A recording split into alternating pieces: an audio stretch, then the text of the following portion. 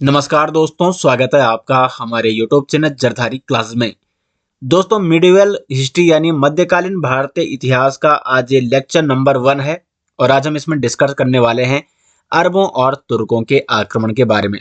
किस प्रकार मोहम्मद बिन कासिम, महमूद गजनवी और मोहम्मद गौरी ने भारत पर आक्रमण किया था, उस समय भारत की स्थिति क्या थी, इसके बारे में दोस्तों हम डिटेल्स में चर्चा करने वाले हैं। तो शुरू करते हैं दोस्तों आज का लेक्चर।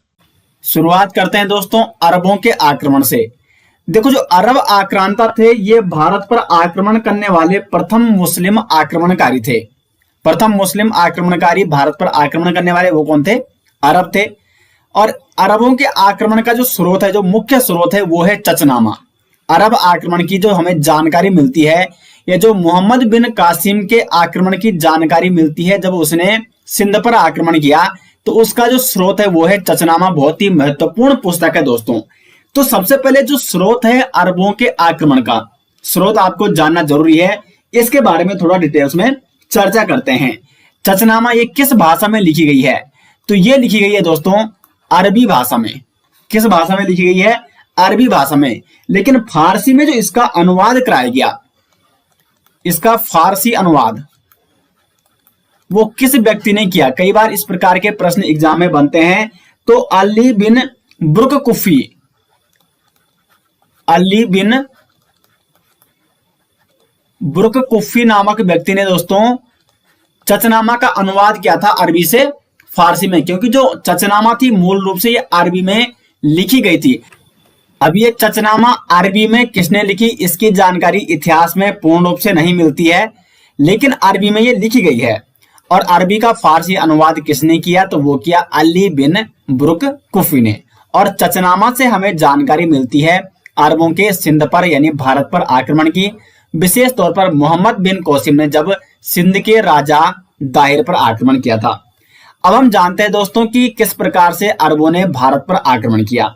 तो मैप से एक बार समझ लेते हैं। यहाँ पे आप मैप देख सकते हैं एक बार, क्योंकि मैंने जब पिछली बार जब आपको हिस्ट्री पढ़ाई थी, प्राचीन भारत का इतिहास, तो हर टॉपिक में दोस्तों मैंने मैप का प्रयोग किया है ताकि आपको समझ में आ सके और आपको याद रह सके। तो ये इधर का क्षेत्र था दोस्तों, अरब। और अब देखो, जितने भी आक्रांतों ने, बाहरी आक्रांतों ने आक्रमण किया भारत पर, वो इधर से किया। ये है यहाँ पे सिंध, ये सिंध का क्षेत्र है। और जूम आप कर सकते हैं यहाँ पे, ये है सिंध। तो इस प्रकार से इन्होंने सिंध पर आक्रमण किया। सिंध का शासक उस समय कौन था? तो वो था दाहिर, जब अरबों ने सिंध पर आक्रमण किया। तो प्रथम मुस्लिम आक्रमणकारी जो माना जाता है वो माना जाता है मोहम्मद बिन कासिम को, क्योंकि इसने सफल प्रयास किया था, सफल आक्रमण किया था सिंध पर और सिंध के राजा दाहिर को पराजित किया था। कब इसने आक्रमण किया? तो 712 में। लेकिन इतिहासकार ऐसा मानते हैं दोस्तों कि मोहम्मद बिन कासिम से पहले भी कुछ अरब आक्रांता ऐसे थे जिन्होंने सिंध पर आक्रमण किया था। जैसे कि 711 ईस्वी में जो पहला प्रयास किया गया था, वो 711 ईस्वी में किया गया था अबेदुल्ला द्वारा। वो भी अरब का था और उसने सिंध के राजा दाहिर पर आक्रमण किया, लेकिन वो असफल रहा। क्या रहा? वो असफल रहा। और उसी के बाद 711 ईस्वी में बुदेक द्वारा भी आक्रमण किया गया सिंध के राजा दाहिर पर, वो भी असफल रहा। तो मतलब अरबों ने अधिकांशतः जो आक्रमण किया वो सिंध पर ही उन्होंने आक्रमण किया था। लेकिन उसके बाद 712 में होता है रावर का युद्ध। किस किसके मध्य?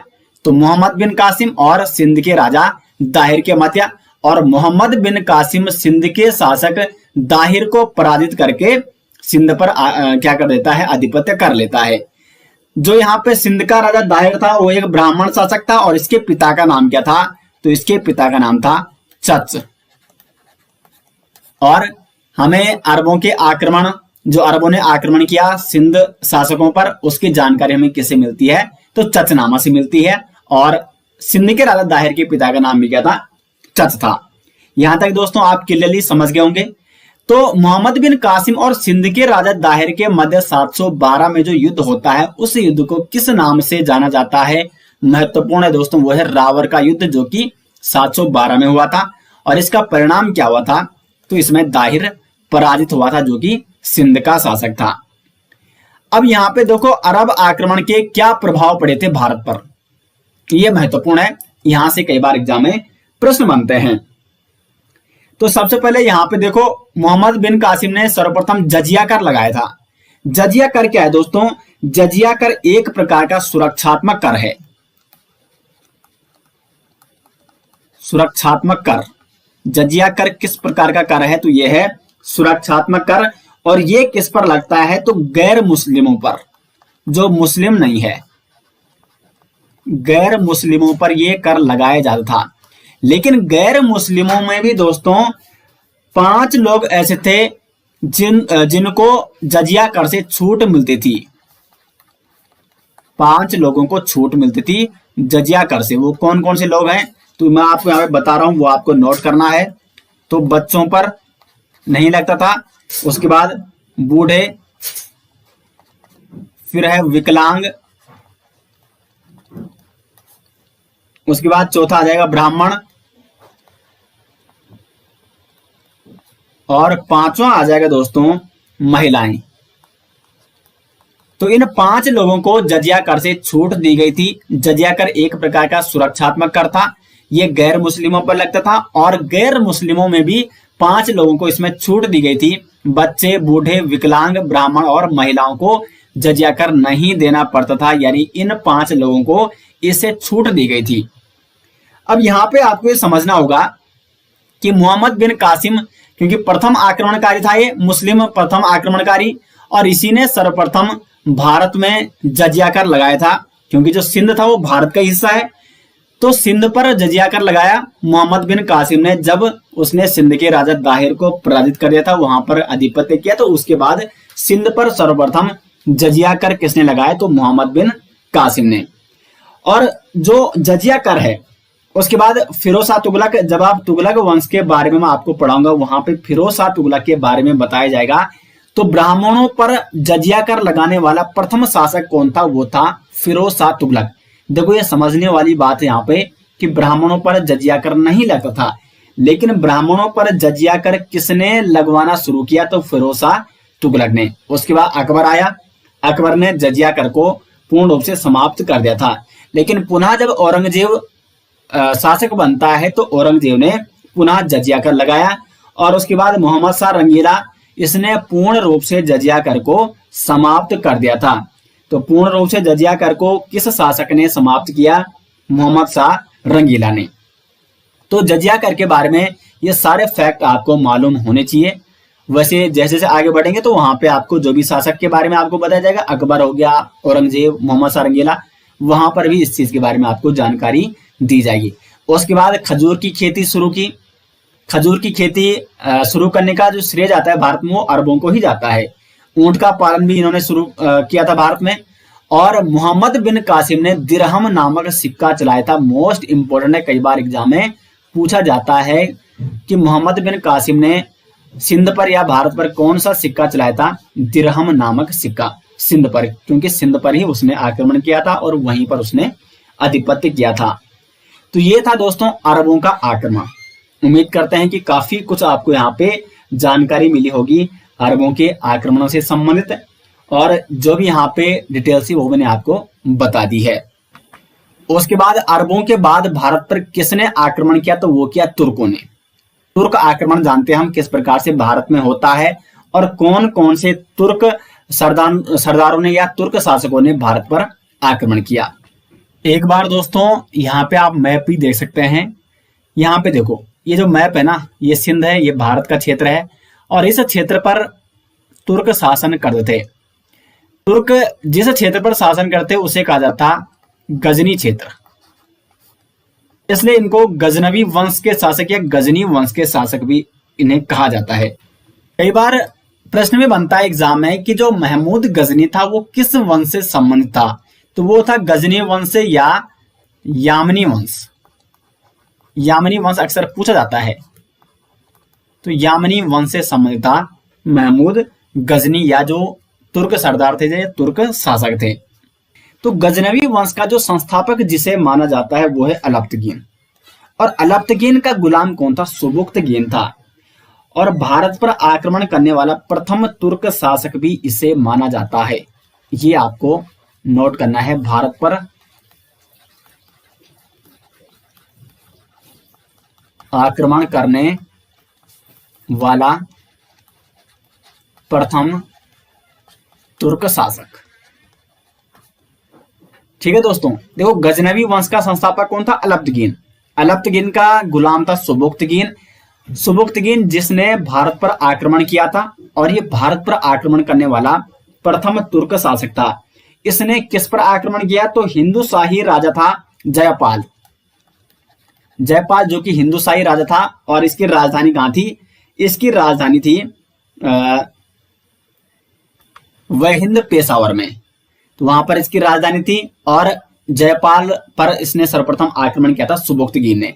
तो प्रथम तुर्क शासक जिसने भारत पर आक्रमण किया था वो था सुबुक्तगीन। उसके बाद सुबुक्तगीन का पुत्र होता है महमूद गजनवी, जिसने दोस्तों भारत पर, मतलब अगर हम तुर्कों की बात करें तो इसने मतलब बहुत ज्यादा आक्रमण किए थे भारत पे। और इसका उद्देश्य क्या था? वो था भारत पर आक्रमण करना, और यहाँ पर लूटपाट मचाना, और अपने साथ बहुत सारा धन इकट्ठा करके ले जाना। तो ये था महमूद गजनवी का मुख्य उद्देश्य, जो कि गजनवी वंश का शासक बनता है 1998 में, 998 में ये शासक बनता है, और 998 से लेकर 1030 तक, यानी 1030 में इसकी मृत्यु हो जाती है। ये सुल्तान की उपाधि धारण करने वाला प्रथम तुर्क शासक इसे माना जाता है, और ये उपाधि इसको किसने दी थी? तो बगदाद के खलीफा ने। अब आपके दिमाग में आ रहा होगा कि ये खलीफा क्या है? तो खलीफा दोस्तों एक प्रकार से इनका मतलब धर्म में जो श्रेष्ठ, जो एक धर्मगुरु टाइप का आप कह सकते हैं, तो उसे कहते हैं खलीफा। तो खलीफा द्वारा इसको कौन सी उपाधि दी गई थी? तो सुल्तान की उपाधि इसको दी गई थी। सुल्तान की उपाधि धारण करने वाला ये प्रथम तुर्क शासक इसे माना जाता है, और इसने भारत पर 17 बार दोस्तों आक्रमण किया। इसके आक्रमणों से कई बार एग्जाम में महत्वपूर्ण प्रश्न पूछे जाते हैं। तो देखते हैं कि कौन कौन से इसने आक्रमण किए। महमूद गजनवी जो कि शासक कहां था? गजनवी वंश का शासक था, या गजनी का इसको आप शासक कह सकते हैं। इसने भारत पर जब प्रथम आक्रमण किया था वो क्या था? 1001 ईस्वी में। और ये किसके विरुद्ध किया था? तो जयपाल के विरुद्ध इसने अपना प्रथम आक्रमण किया, जिसमें जयपाल क्या हो जाता है? पराजित हो जाता है। और जयपाल कौन था? तो जयपाल ये हिंदुशाही शासक था, जिसकी राजधानी कहां थी? वहिंद पेशावर में थी। उसके बाद एक महत्वपूर्ण युद्ध है, क्योंकि ये तो प्रथम आक्रमण महत्वपूर्ण है ही, क्योंकि प्रथम आक्रमण महमूद गजनवी ने भारत पर कब किया था? वो क्या था? 1001 ईस्वी में।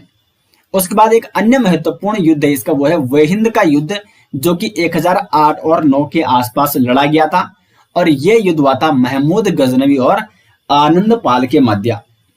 आनंदपाल महत्वपूर्ण युद्ध है, जो कि वहिंद का युद्ध के नाम से इसको जाना जाता है।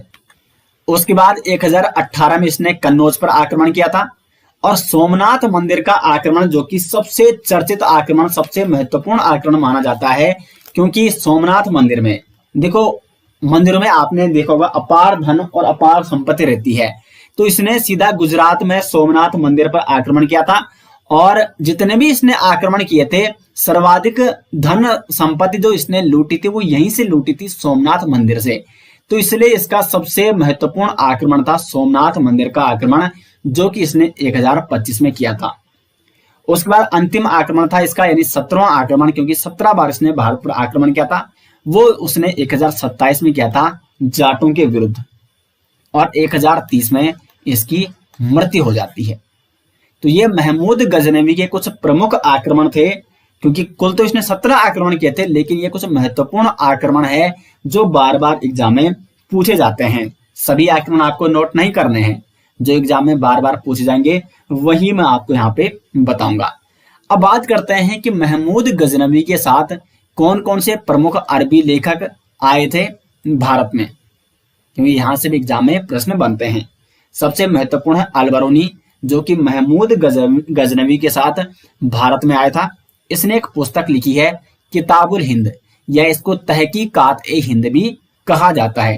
तहकीक, देखो तहकीक आप समझ सकते हैं, तहकीक मतलब जानकारी इकट्ठा करना, यानी हिंद यानी हिंदुस्तान के बारे में जानकारी इकट्ठा की होगी इसने। देखो हिंद या हिंदुस्तान शब्द का प्रयोग सर्वप्रथम किसने किया था, ये भी एग्जाम में प्रश्न बनता है। तो हिंद या हिंदू शब्द का प्रयोग सर्वप्रथम अरब वासियों ने किया था। तो ये प्रथम मुस्लिम आक्रांता कौन थे? वो थे अरब। तो सर्वप्रथम भारत के लिए हिंद या हिंदू शब्द का प्रयोग किसने किया? वो किया अरब आक्रांताओं ने। और हम यहाँ पे अभी किन आक्रांताओं की बात करें, वो हैं तुर्क। तो अल-बरूनी जो कि महमूद गजनवी के साथ भारत आया था, उसने एक पुस्तक लिखी है किताबुल हिंद या तहकीकात-ए-हिंद। ये पुस्तक उसने किस भाषा में लिखी है? तो अरबी भाषा में लिखी है। महत्वपूर्ण है, अरबी भाषा में इसने ये पुस्तक लिखी है। और उसके बाद अल-बरूनी ने पुराणों का अध्ययन भी किया है और ऐसा माना जाता है कि पुराणों का अध्ययन करने वाला प्रथम मुस्लिम कौन था? तो वो था अल-बरूनी। उसके बाद इसके दरबार में महमूद गजनवी के साथ कौन से और अन्य लेखक आए? वो आए वैहाकी, उल्बी और फिरदौसी। वैहाकी की रचना है तारीख-ए-सुबुक्तगीन। यहाँ पे आपने देखा होगा सुबुक्तगीन, ये है सुबुक्तगीन। तो सुबुक्तगीन के बारे में इसने ये लिखा है तारीख-ए-सुबुक्तगीन, और ये भी महमूद गजनवी के साथ भारत में आया था। उसके बाद उल्बी, इसने लिखी है तारीख-ए-यामनी। और उसके बाद फिरदौसी, ये भी महमूद गजनवी के दरबार में आया था। इसने फारसी में लिखा है शाहनामा। तो शाहनामा कई बार एग्जाम में प्रश्न बनता है कि शाहनामा के लेखक कौन है? तो वो है फिरदौसी। शाहनामा किस भाषा में लिखी गई है? फारसी में लिखी गई है। जबकि तारीख-ए-यामनी ये अरबी में लिखी गई है, अरबी में। किताबुल हिंद या तहकीकात-ए-हिंद ये भी अरबी में लिखी गई है। अब देखो, महमूद गजनवी गजनी वंश का मतलब काफी चर्चित शासक, क्योंकि इसने बहुत ज्यादा लूटपाट मचाई थी भारत में। इसको खलीफा द्वारा, क्योंकि खलीफा मैंने आपको पहले ही बता दिया है, खलीफा किसे कहा जाता है? वो एक धर्मगुरु की तरह आप समझ सकते हैं, जो उस धर्म में एक विशेष धार्मिक जानकार जो होता है। तो खलीफा द्वारा यहाँ पे महमूद गजनवी को यामीन उद्दौला यानी साम्राज्य का दाहिना हाथ और अमीन उल मिलत मुसलमानों का संरक्षक, ये दो उपाधि खलीफा द्वारा दी गई थी। किसको? महमूद गजनवी को, यामीन उद्दौला और अमीन उल मिलत। तो ये भी आप नोट कर सकते हैं। अब हम आगे बढ़ते हैं और बात करते हैं गौरी वंश की। तो इसी गजनी, जो ये गजनी साम्राज्य था, ये ठीक है, जहां पर ये तुर्क क्या कर रहे थे? तुर्कों का एक क्षेत्र जहां पे वो शासन कर रहे थे। तो इसी गजनी साम्राज्य में एक नए वंश की स्थापना होती है, गौर वंश की। और इसका सबसे महत्वपूर्ण शासक जो कि शहाबुद्दीन मोहम्मद गौरी, जो कि 1173 ईस्वी में सिंहासन पर बैठता है। गौर वंश से संबंधित था और इसका नाम क्या था? शहाबुद्दीन मोहम्मद गौरी। मुइजुद्दीन बिन शाम भी इसका नाम था, ठीक है, मुइजुद्दीन बिन शाम, ये भी आप नोट कर सकते हैं। मोहम्मद गौरी, देखो इसका उद्देश्य क्या था? अभी तक जितने भी आक्रांता आए, चाहे वो अरब चाहे वो तुर्क, उनका विशेष तौर पर जो मुख्य उद्देश्य था वो था लूटपाट मचाना। लेकिन जो मोहम्मद गौरी आया, इसने यहाँ पर क्या किया? साम्राज्य की नींव डाली, साम्राज्य स्थापित किया। तो इस सोच से आया था भारत पर आक्रमण करने। इसने भारत पर प्रथम आक्रमण किया 1175 में मुल्तान के विरुद्ध, जो कि इसका प्रथम आक्रमण था। तो मोहम्मद गौरी ने भारत पर प्रथम आक्रमण कब किया था? 1175 ईस्वी में। दूसरा आक्रमण था इसका 1176 में, सिंध पर इसने विजय पाई थी। और तीसरा आक्रमण सबसे महत्वपूर्ण आक्रमण, क्योंकि प्रथम बार इसको भारत में हार मिली थी। तीसरा आक्रमण इसने 1178 में किया था। किसके विरुद्ध?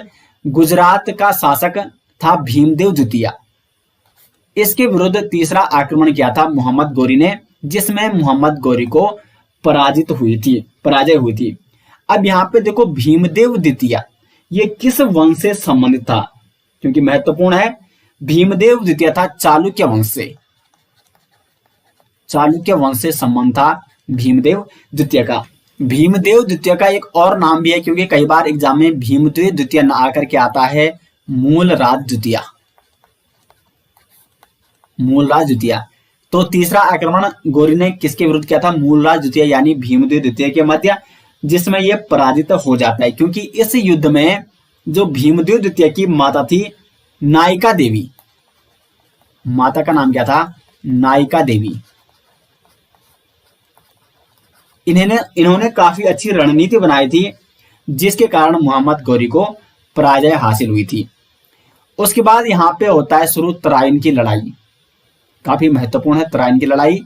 तो देखो सर्वप्रथम तराइन का प्रथम युद्ध होता है 1191 ईस्वी में, जिसके मध्य मोहम्मद गोरी और पृथ्वीराज चौहान के मध्य। देखो पृथ्वीराज चौहान ये है पृथ्वीराज चौहान तृतीया, क्योंकि कई बार एग्जामिनर आपको कंफ्यूज करने के लिए देता है कि मोहम्मद गोरी या तराइन का प्रथम युद्ध किन किन के मध्य हुआ था, तो वहां पे ऑप्शन में आ जाएगा मोहम्मद गोरी और पृथ्वीराज चौहान प्रथम, पृथ्वीराज चौहान द्वितीय, पृथ्वीराज चौहान तृतीय या चतुर्थ। तो पृथ्वीराज चौहान थे तृतीय, ये आपको नोट करना होगा। मोहम्मद गोरी और पृथ्वीराज चौहान तृतीय के मध्य होता है तराइन का प्रथम युद्ध, जिसमें गोरी पराजित हो जाता है। तो प्रथम युद्ध में देखो गोरी यहाँ पे पराजित हो चुका है और वो वापस चला गया है, लेकिन फिर अगली बार ये क्या करता है, पूरी तैयारी के साथ आता है 1192 में, और तराइन का द्वितीय युद्ध होता है 1192 में। इस युद्ध से पूर्व गोरी ने अपना दूत किवाम उल मुल्क था उसका नाम, इसने चौहान के पास उसको भेजा था। तो मोहम्मद गोरी और पृथ्वीराज चौहान के मध्य फिर दूसरा तराइन का युद्ध होता है 1192 में शुरू होता है, और ये युद्ध जिसमें पृथ्वीराज चौहान पराजित हो जाता है। तो तराइन के द्वितीय युद्ध में पृथ्वीराज चौहान की हार हो जाती है और पृथ्वीराज चौहान को बंदी बनाया जाता है। अब देखो यहाँ पे तराइन के द्वितीय युद्ध में जब मोहम्मद गोरी आक्रमण करने के लिए आ रहा था, तो उसके साथ ख्वाजा मुइजुद्दीन चिश्ती भारत आता है और अजमेर में चिश्ती संप्रदाय की नींव डालता है। तो अजमेर में चिश्ती संप्रदाय की नींव डालने वाला ख्वाजा मुइजुद्दीन चिश्ती किसके साथ भारत आया था, महत्वपूर्ण प्रश्न बनता है, मोहम्मद गोरी के साथ। उसके बाद अब यहाँ पे ये तो हो गया कि पृथ्वीराज चौहान जो कि उस समय एक शक्तिशाली शासक हुआ करते थे, वो पराजित हो चुके हैं और उनको बंदी बनाया जा चुका है। तो कुल मिला के यहाँ पे सिद्ध हो गया कि अब जो मोहम्मद गोरी है वो यहाँ पे आधिपत्य करेगा, जो कि उनका क्षेत्र था, मतलब जो उनका क्या था, जहां पर वो शासन करते पृथ्वीराज चौहान अजमेर और दिल्ली के क्षेत्र में।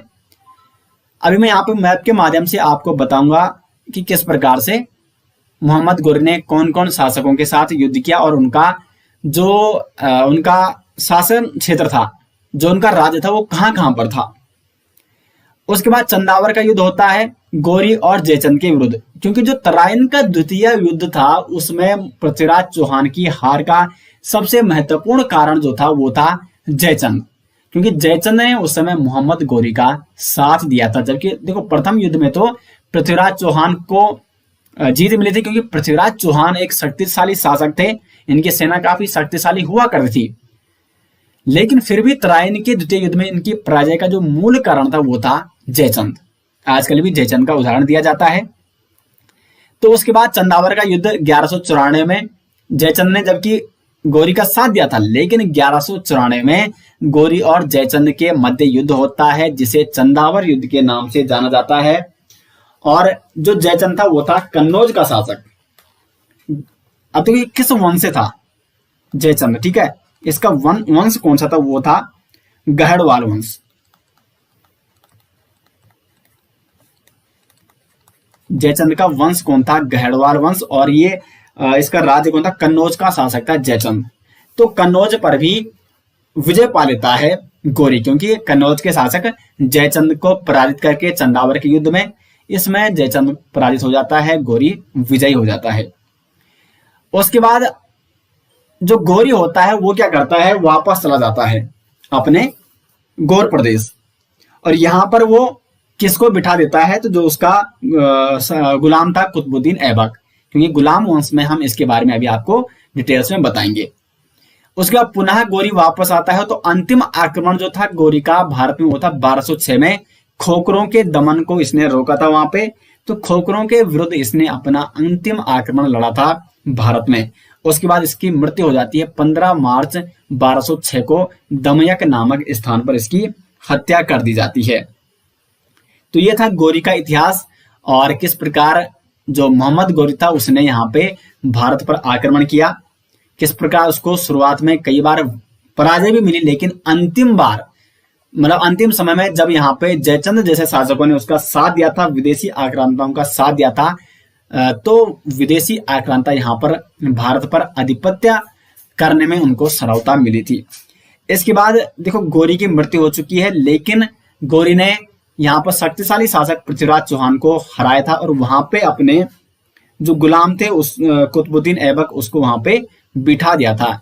तो कुतुबुद्दीन ऐबक जिससे गुलाम वंश की शुरुआत होती है, गुलाम वंश काफी बड़ा है, फिर उसको हम नेक्स्ट वीडियो में चर्चा करेंगे डिटेल्स में।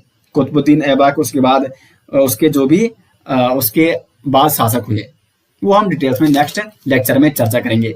तो उम्मीद करते हैं दोस्तों कि आज का लेक्चर आपको, देखो यहाँ पे मैप देखिए आप एक बार, ठीक है, ये देखो यहाँ पे मैप यहाँ पे पूरा दिखाया गया है कि किस प्रकार से यहाँ पर अजमेर देख रहे हैं आप, जहाँ पे क्या है चौहान वंश के शासक पृथ्वीराज चौहान तृतीय शासन करते, उनका जो साम्राज्य था वो अजमेर से लेकर दिल्ली तक फैला हुआ था। उसके बाद यहाँ पे उसी के नीचे आप देख सकते हैं कन्नौज, कन्नौज में गढ़वाल वंश के शासक जयचंद का शासन था और यहाँ पर भी पृथ्वी जो गौरी था मोहम्मद गौरी, वो जयचंद को पराजित करके यहाँ पर भी आधिपत्य कर लेता है।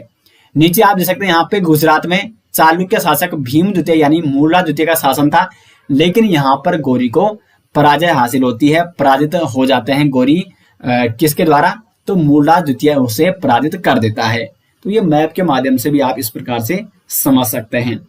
तो ये था दोस्तों अरबों और तुर्कों का आक्रमण, भारत में उन्होंने किस प्रकार से आक्रमण किया था, पूरी डिटेल से मैंने आज आपको यहाँ पे बता दिया और कौन कौन से इतिहास जो कि अरब इतिहासकार भारत में आए थे, क्योंकि वहां से अक्सर प्रश्न बनता है।